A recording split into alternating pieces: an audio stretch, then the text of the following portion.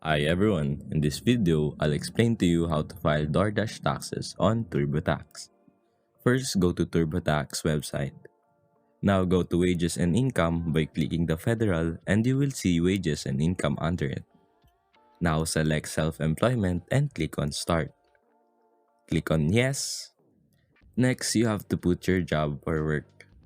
From here on, just answer the following based on what you are doing. After answering all of that, you have to review your answer, and if it's good, click on Looks Good. Next, click on Skip This.